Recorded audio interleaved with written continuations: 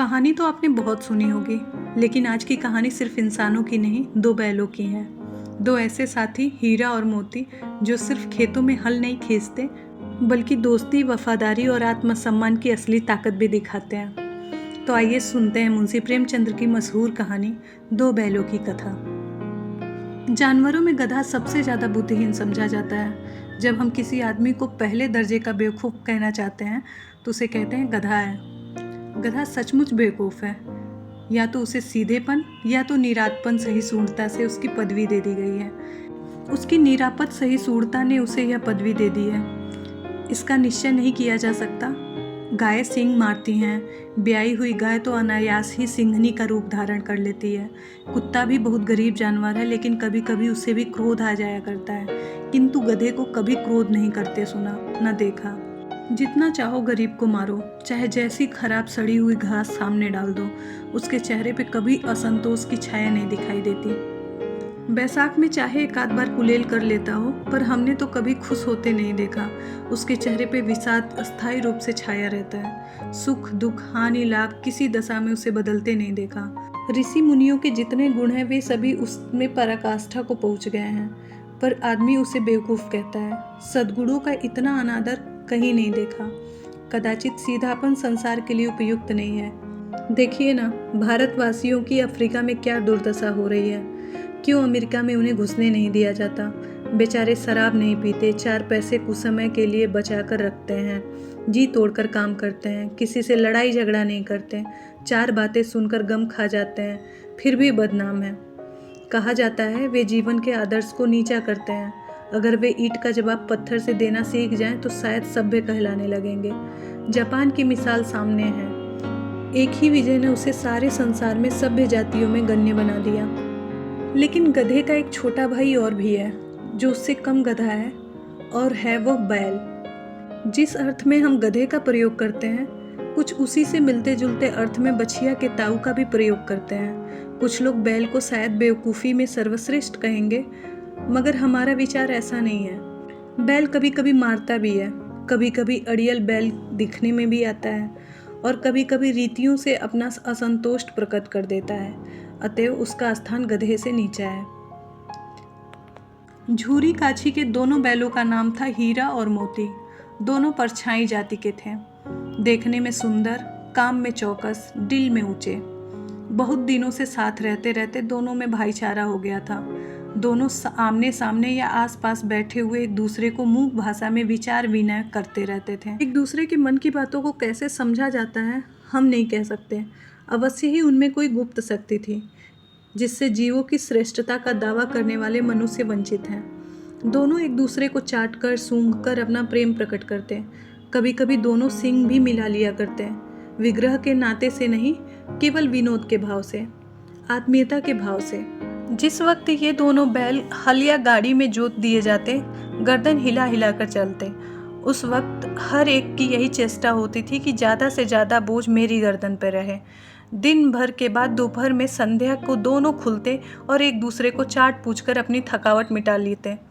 नाद में खली भूसा पड़ जाने के बाद दोनों साथ उठते, साथ नाद में मुंह डालते और साथ ही बैठते। एक मुंह हटा लेता तो दूसरा भी हटा लेता था। संयोग की बात है, झूरी ने एक बार गोई को ससुराल भेज दिया।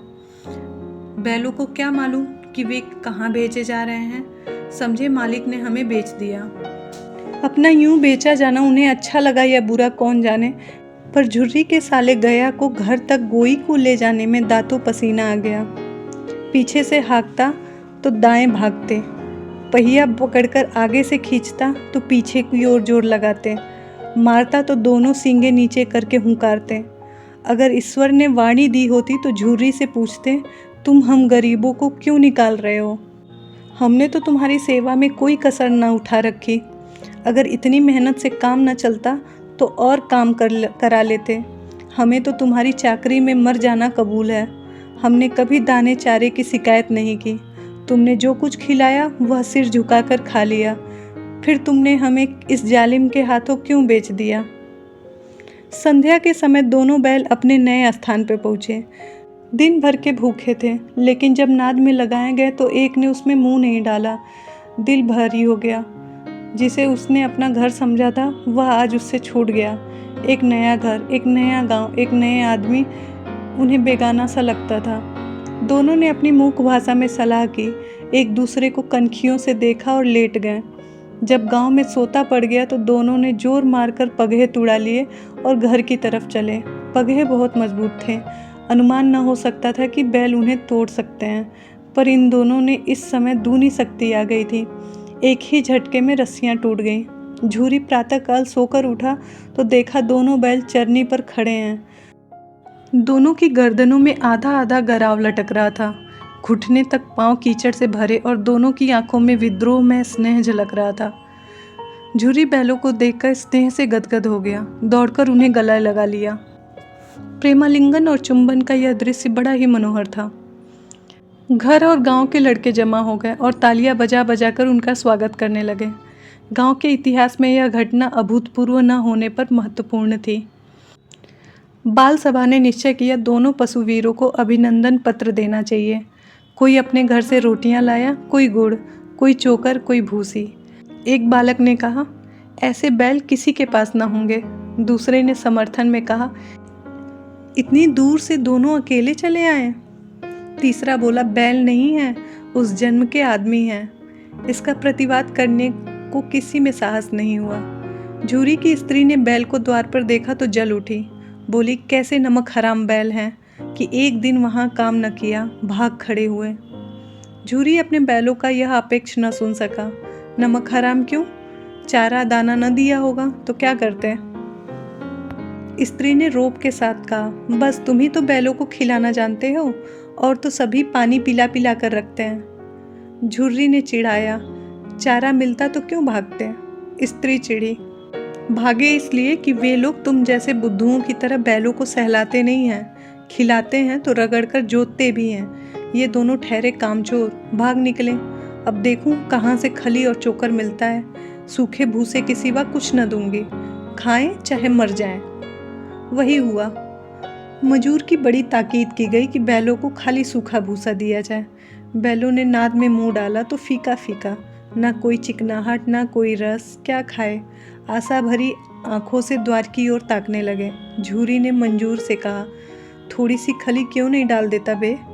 मालकिन मुझे मार ही डालेगी। चुरा कर डाला? ना दादा, पीछे से तुम भी उन्हीं की कहोगे। दूसरे दिन झूरी का साला फिर आया और बैलों को ले चला। अब की उसने दोनों को गाड़ी में जोता। 2-4 बार मोती ने गाड़ी को खाई में गिराना चाहा, पर हीरा ने संभाल लिया। वह ज़्यादा सहनशील था। संध्या समय घर पहुंचकर दोनों को मोटी रस्सियों से बांधा, कल की शरारत का मजा चखाया। फिर वही सूखा भूसा डाल दिया।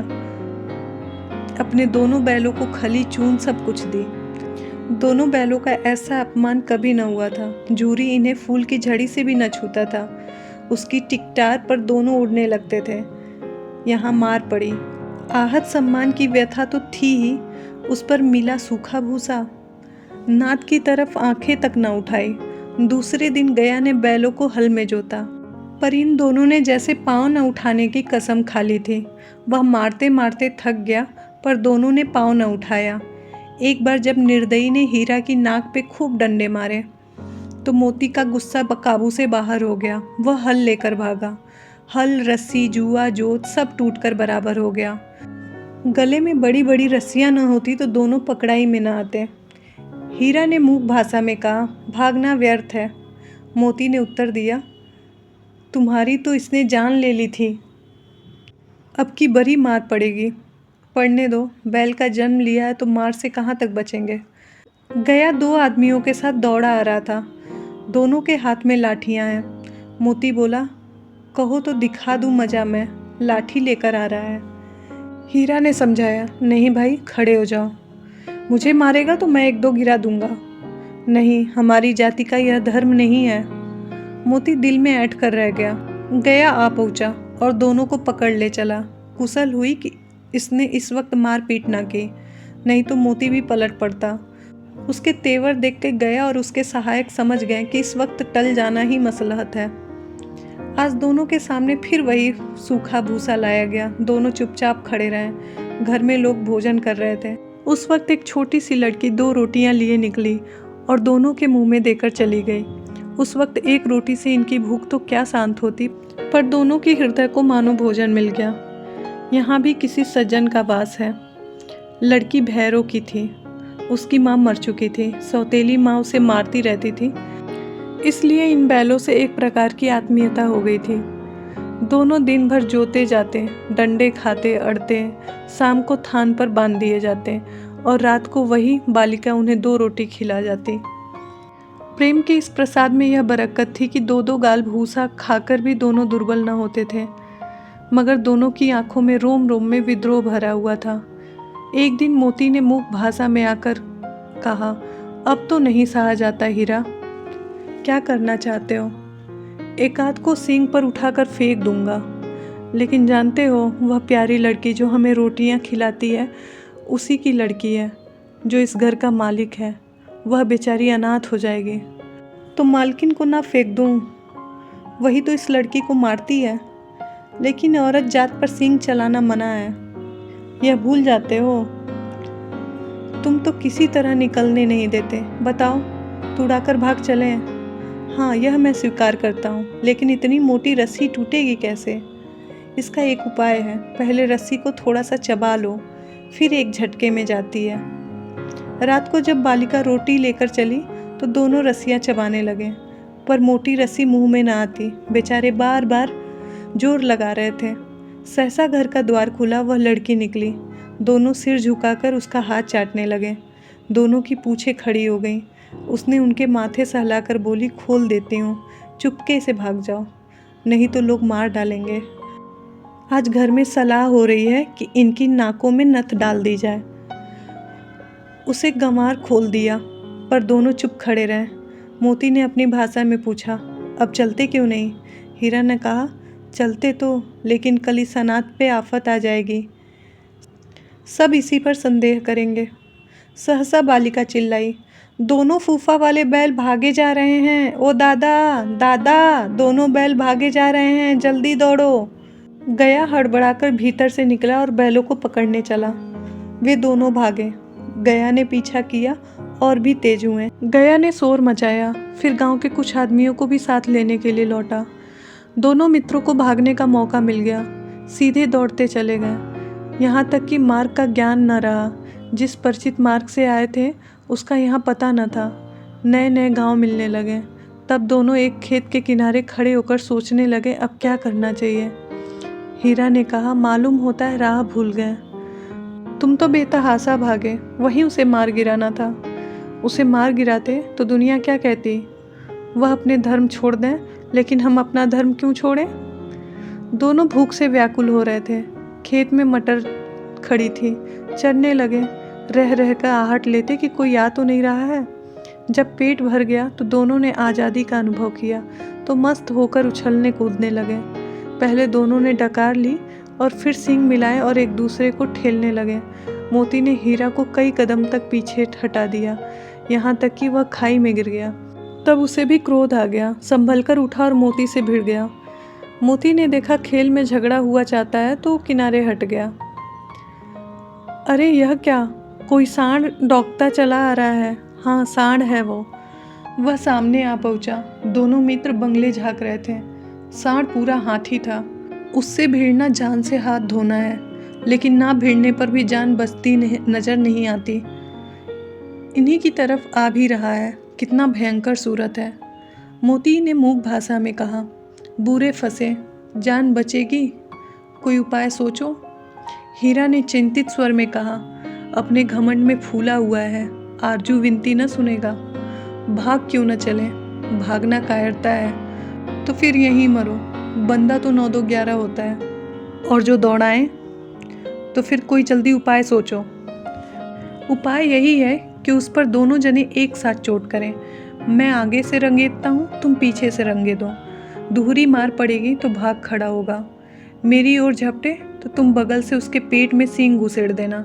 जान जोखिम में है, पर दूसरा कोई उपाय नहीं है। दोनों मित्र जान हथेली पे लेकर उस पे लपके। सांड को भी संगठित शत्रुओं से लड़ने का तजुर्बा न था। वह तो एक शत्रु से मल्लयुद्ध करने का आदी था। ज्यों ही हीरा पर झपटा, मोती ने पीछे से दौड़ाया। सांड उसकी तरफ मुड़ा तो हीरा ने रंगे था।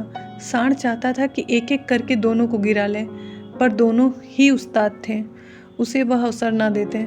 एक बार सांड झल्लाकर हीरा का अंत कर देने के लिए चला कि मोती ने बगल से आकर उसके पेट में सींग भोंका। सांड क्रोध में आकर पीछा किया तो हीरा ने दूसरी तरफ से सींग चुभो दिया। आखिर बेचारा जख्मी होकर भागा और दोनों मित्र ने दूर तक उसका पीछा किया, यहाँ तक कि सांड बेदम होकर गिर पड़ा। तब दोनों ने उसे छोड़ दिया। दोनों मित्र जीत के नशे में झूमते चले जाते थे। मोती ने सांकेतिक भाषा में कहा, मेरा जी चाहता था कि बच्चा को मार ही डालूं। हीरा ने तिरस्कार किया, गिरे हुए बैरी पर सींग न चलाना चाहिए, यह सब ढोंग है। बैरी को ऐसा मारना चाहिए कि फिर न उठे। अब घर कैसे पहुँचेंगे वह सोचो, पहले कुछ खा लें तो सोचें। सामने मटर का खेत ही था। मोती उसमें घुस गया। हीरा मना करता रहा पर उसने एक न सुनी। अभी 2 ही 4 ग्रास खाए थे कि 2 आदमी लाठियां लिए दौड़ पड़े और दोनों मित्रों को घेर लिया। हीरा तो मेड़ पर था, निकल गया। मोती सींचे हुए खेत में था, उसके खुर कीचड़ में धंसने लगे, न भाग सका, पकड़ लिया। हीरा ने देखा संगी संकट में है तो लौट पड़ा, फंसेंगे तो दोनों फंसेंगे। रखवाले ने उसे भी पकड़ लिया। प्रातःकाल दोनों मित्र कांजी हाउस में बंद कर दिए गए। दोनों मित्रों को जीवन में पहली बार ऐसा सबिका पड़ा था कि सारा दिन बीत गया और खाने को एक दिन का भी न मिला। समझ में नहीं आता था यह कैसा स्वामी है। इससे अच्छा तो फिर भी गया था। यहाँ कई भैंसें थी, कई बकरियाँ, कई घोड़े, कई गधे, पर किसी के सामने चारा ना था। सब जमीन पर मुर्दों की तरह पड़े थे। कई तो इतने कमज़ोर हो गए थे कि खड़े भी नहीं हो सकते थे। सारा दिन दोनों मित्र फाटक की ओर टकटकी लगाए ताकते रहे, पर कोई चारा लेकर आता दिखाई न दिया। तब दोनों ने दीवार की नमकीन मिट्टी चाटनी शुरू करी, पर इससे क्या तृप्ति होती। रात को जब कुछ भोजन न मिला तो हीरा के दिल में विद्रोह की ज्वाला दहक उठी। मोती से बोला, अब नहीं रहा जाता मोती। मोती ने सिर लटकाए हुए जवाब दिया, मुझे तो मालूम होता है कि प्राण निकल रहे हैं। इतनी जल्दी हिम्मत ना हारो भाई, यहाँ से भागने का कोई उपाय निकलना चाहिए। आओ दीवार तोड़ डालें। मुझसे तो अब कुछ नहीं होगा। बस इसी बूते में अकड़े थे। सारी अकड़ निकल गई। बाड़े की दीवार कच्ची थी। हीरा मजबूत तो था ही, अपने नुकीले सिंग दीवार में गड़ा दिए और जोर मारा तो मिट्टी की एक चिपट निकल गई। फिर तो उसका साहस बढ़ गया। उसने दौड़ दौड़ कर दीवार पे चोटें दी और हर चोट में थोड़ी थोड़ी मिट्टी गिरने लगी। उसी समय कांजी हाउस का चौकीदार लालटेन लेकर जानवरों की हाजिरी लेने निकला। हीरा का उज्जटपन देखकर उसे कई डंडे रसीद किए और मोटी सी रस्सी से बांध दिया। मोती ने पड़े पड़े कहा, आखिर मार खाई, क्या मिला? अपने बूते भर जोर तो मार दिया। ऐसा जोर मारना किस काम का? और बंधन में पड़ गए। जोर तो मारता ही रहूँगा, चाहे कितने ही बंधन पड़ते जाएं। जान से ही हाथ धोना पड़ेगा, कुछ परवाह नहीं। यूँ भी मरना है। सोचो दीवार टूट जाती तो कितनी जानें बच जाती। इतने भाई यहाँ बंद हैं, किसी के देह में जान नहीं है। 2-4 दिन में यही हाल रहा तो सब मर जाएंगे। हाँ ये बात तो है। अच्छा ला, तो फिर मैं भी जोर लगाता हूँ। मोती ने भी दीवार पे उसी जगह सींग मारा। थोड़ी सी मिट्टी गिरी और फिर हिम्मत बढ़ी। फिर तो वह दीवार में सींग लगाकर इस तरह जोर करने लगा मानो किसी प्रतिद्वंदी से लड़ रहा है। आखिर कोई 2 घंटे की जोर आजमाई के बाद दीवार ऊपर से लगभग 1 हाथ गिर गई।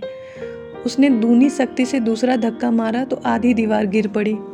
दीवार का गिरना था कि अधमरे पड़े हुए सभी जानवर चेत उठे। तीनों घोड़ियाँ सरपट भाग निकलीं, फिर बकरियाँ निकलीं, इसके बाद भैंसें भी खिसक गईं, पर गधे अभी ज्यों के त्यों खड़े थे। हीरा ने पूछा, तुम दोनों क्यों नहीं भाग जाते? एक गधे ने कहा, जो कहीं पकड़ लिए जाएं तो क्या हर्ज है, अभी तो भागने का अवसर है। हमें तो डर लगता है, हम यहीं पड़े रहेंगे। आधी रात से ऊपर जा चुकी थी। दोनों गधे अभी तक यही सोच रहे थे कि भागें या ना भागें, और मोती अपने मित्र की रस्सी तोड़ने में लगा हुआ था। जब वो हार गया तो हीरा ने कहा, तुम जाओ, मुझे यहीं पड़ा रहने दो, शायद कहीं भेंट हो जाए। मोती ने आंखों में आंसू लाकर कहा, तुम मुझे इतना स्वार्थी समझते हो हीरा? हम और तुम इतने दिनों से साथ रहे हैं, आज तुम पर विपत्ति पड़ गई है तो मैं तुम्हें छोड़कर अलग हो जाऊं? हीरा ने कहा, बहुत मार पड़ेगी, लोग समझ जाएंगे यह तुम्हारी शरारत है। मोती ने गर्व से बोला, जिस अपराध के लिए तुम्हारे गले में बंधन पड़ा है उसके लिए अगर मुझे मार पड़े तो क्या चिंता। इतना तो हो ही गया कि 9-10 प्राणियों की जान बच गई, वे सब अब आशीर्वाद देंगे। यह कहते हुए मोती ने दोनों गधों को सींग से मार मार कर बाड़े से बाहर निकाला और तब अपने बंधु के पास आकर सो रहा। भोर होते ही मुंशी, चौकीदार तथा अन्य कर्मचारियों में ऐसी खलबली मची, इससे लिखने की जरूरत नहीं है। बस इतना ही काफ़ी है कि मोती की खूब मरम्मत हुई और उससे भी मोटी रस्सी से बांध दिया गया। 1 सप्ताह तक दोनों मित्र वहीं बंधे रहे। किसी ने चारे का एक तृण भी न डाला। हाँ, एक बार पानी दिया जाता था, यही उनका आधार था। दोनों इतने दुर्बल हो गए कि उनसे उठा नहीं जाता। ठठरियाँ निकल आई थीं। एक दिन बाड़े के सामने डुग्गी बजने लगी और दोपहर होते होते वहाँ 50-60 आदमी जमा हो गए। तब दोनों मित्र निकाले गए और उनकी देखभाल होने लगी। लोग आ आकर उनकी सूरत देखते और मन फीका कर कर चले जाते।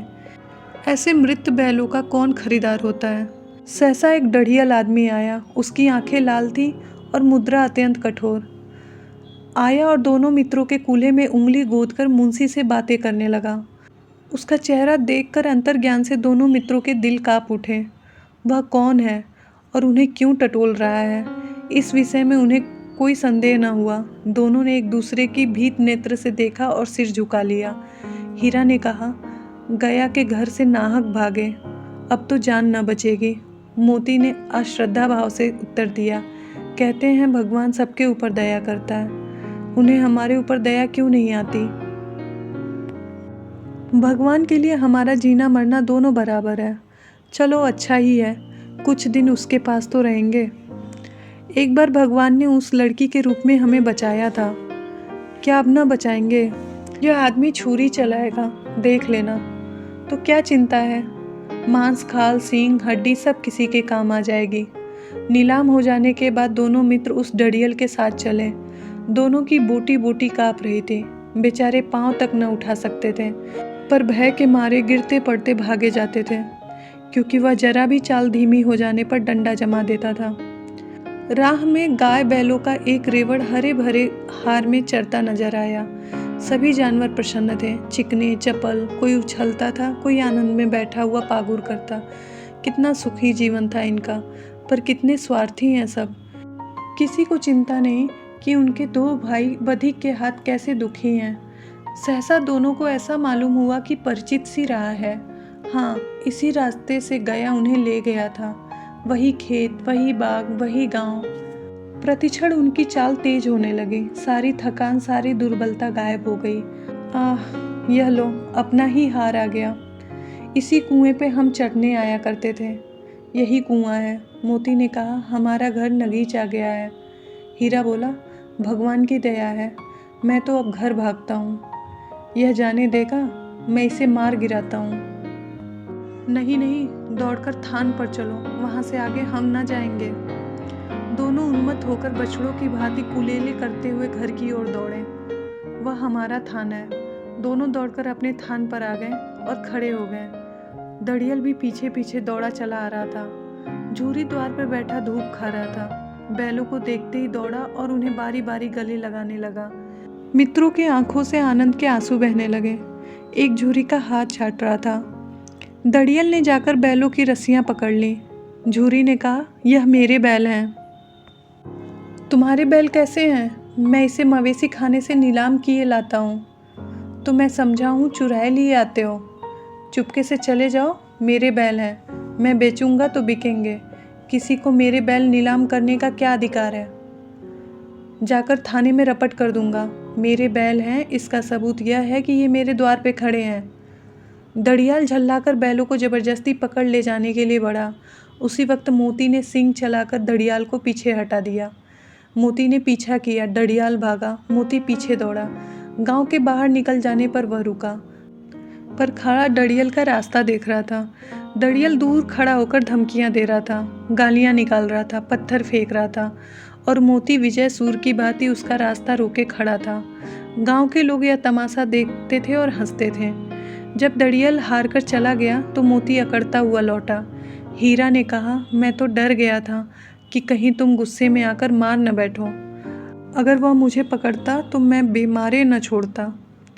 अब ना आएगा, आएगा तो दूर से ही खबर लूँगा, देखूँगा कैसे ले जाता है। जो गोली मरवा दे, मर जाऊँगा पर उसके काम ना आऊँगा। हमारी जान को कोई जान नहीं समझता, इसलिए कि हम सीधे हैं।